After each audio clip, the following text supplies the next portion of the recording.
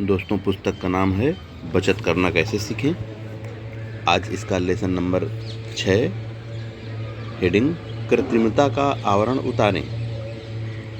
सुख और आनंद ऐसे इत्र हैं जिन्हें जितना अधिक दूसरों पर छिड़कोगे उतनी ही सुगंध आपके भीतर समाएगी। ये इमर्सन का कथन था। एक अमेरिकन आलोचक ने खूब लिखा है, यह कृत्रिमता का युग है। इस युग में चमक दमक ही सब कुछ है। हमारे देवता कृत्रिम, हमारे नायक कृत्रिम, राजनेता कृत्रिम, ज्ञानी अज्ञानी सब के सब कृत्रिम हो गए हैं। हमारी मानवता चमक दमक में खो गई है। जीवन के मूल्य इसके नीचे दब गए हैं। इस आलोचक की यह बात एकदम सही है। बाहरी बनावट, नकलीपन के जीवन के मूल्य सब दब गए हैं। नकलीपन में जीवन के मूल्य सब दब गए हैं। इसी कारण आज मनुष्य सुखी नहीं है, उसकी आत्मा निर्बल है। इसी कारण यह प्रगति नहीं कर पा रहा है, अपना जीवन सफल नहीं बना पाता है। उनके अपने विचारों में ऐसे बनावटी वातावरण बना रखे हैं कि उसकी माया में सब कुछ वह कुछ नहीं कर पा रहा है। प्रायः हम जब अपना चित्र बनवाते हैं, उतारते हैं और उसे देखते हैं तो वह हमें तभी अच्छा लगता है जब वह हमसे अधिक सुंदर होता है। यह मनोवृत्ति हर आदमी की है कि जैसा कुछ भी वह है उसमें उससे कहीं अधिक दिखने बनने की कोशिश करता है। प्रत्येक मनुष्य अपना असली रूप छिपाए रखने और नकली रूप को सामने रखने के कारण ही कौन आदमी क्या है पहचान करना बड़ा मुश्किल है। इसी कारण किसी मनुष्य के बारे में निश्चित रूप से यह नहीं कहा जा सकता कि वह क्या है। हर एक मनुष्य की इस प्रवृत्ति को फोटोग्राफर या चित्रकार जानते हैं और जब उसका चित्र उतारते या बनाते हैं तो उसको जैसा वह है उससे कहीं अधिक सुंदर दिखलाते हैं। उन्हें पता है कि ऐसा नहीं करेंगे तो ग्राहक को चित्र पसंद नहीं आएगा। इसी कारण जब ऑलिवर क्रॉम्वेल ने चित्रकार से कहा, मैं जैसा हूँ तिलक मुहासों सहित मेरा चित्र बनाओ, अन्यथा मैं एक भी पैसा नहीं दूंगा। चित्रकार परेशान हो गया। उसने घबराकर कहा, श्रीमान आप यह क्या कह रहे हैं? आज तक किसी ग्राहक ने ऐसा नहीं कहा।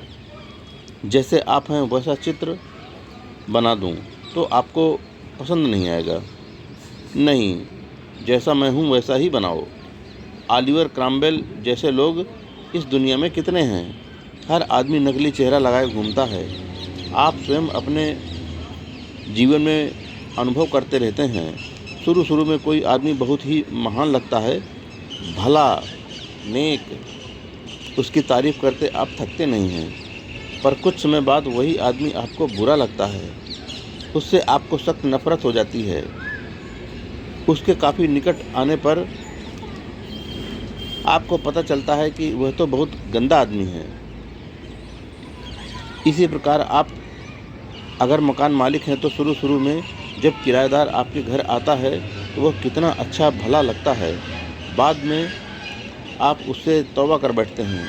प्रत्येक व्यक्ति ने अपने को किसी न किसी रूप में नकली बना रखा है। इस संसार में ऐसे बहुत कम लोग मिलेंगे जो बाहर भीतर से एक समान हो। हर आदमी एक दूसरे को छेड़ने की कोशिश करता है। स्वयं आप इसके अपवाद नहीं हैं। आप ईमानदारी से अपने को परख कर देखें। आपने भी अपने जीवन में कुछ न कुछ नकलीपन जोड़ रखा है। मनोवैज्ञानिकों का कथन है कि इस प्रकार का व्यवहार करना मनुष्य का स्वभाव है। यह गुण स्त्रियों में बहुत ही अधिक पाया जाता है। अपने इसी नकलीपन के मुखौटों के कारण अपनी सफलताओं के मार्ग में रोड़े डालते हैं। अनावश्यक रूप से लोगों को हम अपना दुश्मन बनाते हैं। जो काम हमसे होने का नहीं है उसके लिए भी हम काम कर बैठते हैं, क्योंकि जो डींगे हम हाँक चुके हैं उनकी इज्जत तो रखनी ही है। आपका जीवन भी हीरा है और आपने उसे मिट्टी में डाल रखा है। आपको उसी मिट्टी से निकालना है तो इसके लिए कायाकल्प करना होगा। मिट्टी से निकलने के बाद हीरे को साफ करना ही पड़ता है और तब उसका उचित मूल्य लगता है। संसार के इस बाजार में आपको उचित कीमत मिले, इसके लिए आपको अपने में परिवर्तन लाना होगा। यह बात आम तौर से प्रसिद्ध है कि बोस्टन नगर में कोई नया व्यक्ति प्रवेश करता है तो उससे पूछा जाता है कि उसका कितना ज्ञान है। फिलाडेल्फिया में जहाँ व्यक्ति परिवार से जाना जाता है, लोग नवागंतुक से प्रश्न पूछते हैं, उसके बाप दादा क्या थे। न्यूयॉर्क के लोग जानना चाहते हैं कि नए आदमी के पास कितनी संपत्ति है। वास्तविकता यह है कि वहाँ व्यक्ति का मूल्य क्रम उसकी संपत्ति या कुल परिवार से नहीं आंका जाता है, न ही उसकी लिखाई पढ़ाई से। केवल इस बात से किया जाना चाहिए कि वह स्वयं क्या है। ऐसा होता नहीं है। आज की दुनिया बाहरी चमक दमक व कृत्रिमता में बेहद खो गई है। हम अपनी कृत्रिमता के जाल में उलझ जाते हैं, अपना यथार्थ हम भुला दिया करते हैं। इस कारण हम वास्तव में सुखी नहीं हो पाते हैं। हमारा अपना जीवन नाना प्रकार के दुखों से भर जाया करता है। हम स्वयं ही अपने जाल में फंस जाया करते हैं। जीवन जीने के लिए और सफलता पाने के लिए नकलीपन समाप्त करना आवश्यक है। हमारा नकलीपन कभी भी हमें धोखा देकर नीचे गिरा सकता है। व्यापार में भी आपने देखा होगा कि कुछ निर्माण जब शुरू में अपनी वस्तु का उत्पादन करते हैं तो उसका स्तर ऊंचा रखते हैं, क्वालिटी बनाए रखते हैं, पर जब बाजार उनके हाथ में आ जाता है तो वह अपना उत्पादन क्रमशः घटिया करने लगते हैं और अधिक लाभ खींचने लगते हैं। उनके यथार्थ में तथा नकलीपन में कृत्रिमता आने लगती है। नकली रूप ज़्यादा टिकता नहीं है, वह एक न एक दिन बेनकाब होता है और तब हानि उठानी पड़ती है। वेजवुड यद्यपि एक सामान्य शिल्पकार था, पर जब तक वह पूर्ण रूप से संतुष्ट न हो जाता, अपने बनाए पात्र बाजार में नहीं बेच देता। वह पूरा का पूरा प्रयत्न करता था। घटिया काम में उसकी रुचि न थी। घटिया पात्र बनते ही वह तोड़कर फेंक देता था और कहता था कि वह काम जोसिया वेजवुड के स्तर का नहीं है। अपने इसी गुण के बल पर वेजवुड के बर्तन केवल उसके नाम पर ही बिक जाते थे। उसको बेहद ख्याति मिली। अपने जीवन के अंतिम क्षणों तक वेजवुड ने अपना स्तर बनाए रखा। उसने यथार्थ ही कायम रखा और अपने कार्य में कृत्रिमता न आने दी। जेठ जीप हालैंड ने कहा, चरित्र मनुष्य के भीतर रहता है और व्यक्ति बाहर। बात एकदम सही है। हीरा अगर मिट्टी में पड़ा हुआ है तो भी वह हीरा ही है। मिट्टी मिट्टी ही रहेगी, भले वह ठोकर खाकर आसमान चढ़ जाए। हीरे को मिट्टी में पड़े रहने देना अनुपयुक्त है। इसका कारण यह है कि छिपी हुई अच्छाई और छिपी हुई बुराई में बहुत अंतर होता है। साउंद ने लिखा है, जो दिखावे की वस्तुओं पर शीघ्रता से कोई मत बना लेता है, वह वास्तविकता से धोखा खाते हैं। नोसियने ने एक मूर्ति का विवरण दिया है। वह भीतर से खोखली थी, बाहर से बढ़िया किस्म के स्फटिक से बनी थी। उसके भीतर चीथड़े और कूड़ा करकट भरा था। इसी प्रकार जो व्यक्ति ऊपरी तौर पर ठीक ठाक होता है, उसके भीतर अवगुणों के ऐसे ही चीथड़े कूड़ा करकट भरा रहता है। लांगफेलो के शब्दों में, वह बलिवेदी के उन टुकड़ों से बना होता है जो पुराने लोग रंग पोतकर बनाया करते थे। उनके बाहर तो कुमारी मेरी का चित्र होता था, पर भीतर वीनस का। यही अधिकांश मनुष्यों की वास्तविकता है और इसका तो आप स्वयं भी अनुमान कर सकते हैं। बाहर से साफ सुथरे कपड़े पहने लोगों में से कितनों की बनियाइनें या अंडरवियर या नेकर इसी तरह गंदे होते हैं। घर के कमरे तो बड़े साफ सुथरे, पर अलमारियों, सोफ़ा सेटों के पीछे या दरवाज़ों के पल्लों की आड़ में कूड़ा छिपा रहता है।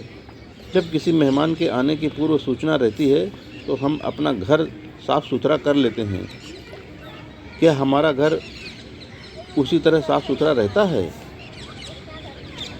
दिखावे की अपेक्षा वास्तविकता आसान है, सत्य को ग्रहण करना सरल है और उनके अनुभवों को छिपाना अथवा बदले में कुछ न कुछ दिखाना कठिन है।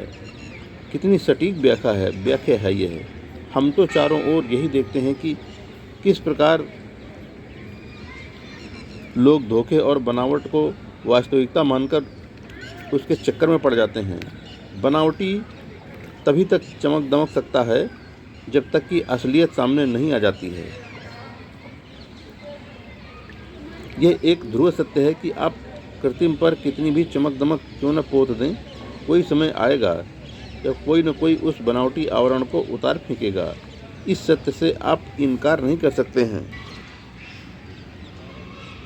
डॉक्टर हॉल ने एक ऐसे स्कॉचमैन का उल्लेख किया था जो भजन गाते समय यह प्रार्थना करता था कि सृष्टि का सारा राज्य भी उसको मिल जाएगा तो वह तुच्छ होगा। जब जेब में पड़े सिक्कों को टटोलता रहता था ताकि चंदे के बक्से में डालने के लिए वह छोटे सिक्के निकाल सके। लॉन्गस्टोन ने जब अमेरिका के देशों का दौरा किया तो उसने कई ऐसी जातियां देखी जो दर्पण से बिल्कुल अपरिचित थीं। उसने जब उनको दर्पण से चेहरे दिखलाए तो पता चला कि वह कैसे हैं। इसी प्रकार हम हैं। जब हम दर्पण देखते हैं तभी हमें पता चलता है कि हम सुंदर या असुंदर हैं। उस समय हमारी सब कृत्रिमता समाप्त हो जाती है। सुंदर नवयुवती को देखकर एक कुरूप भी आशा करने लगता है कि वह उसकी ओर आकर्षित होगी। इसी प्रकार के फैली पुलाव प्राय हम अपने जीवन में बनाया करते हैं और बाद में धोखा खाते हैं। सिम्पसन ने लिखा है, जो कुछ हम होते हैं वस्तुतः उसी के अनुरूप हमारा मूल्यांकन होता है। वास्तव में हमारा चरित्र हमारी इच्छा शक्ति के अधिकार में नहीं है। हम इच्छा शक्ति के बंधन से निकलकर अलग प्रभाव डालना है।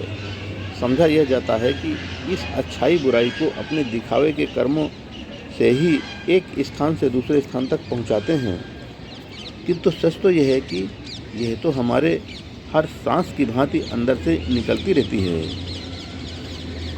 दोस्तों, इस लेसन का पहला भाग यानी कि कृत्रिमता का आवरण उतारें का पहला भाग यहीं पर पूरा होता है। यह लेसन कई भागों में पूरा होगा। जय हिंद फ्रेंड्स।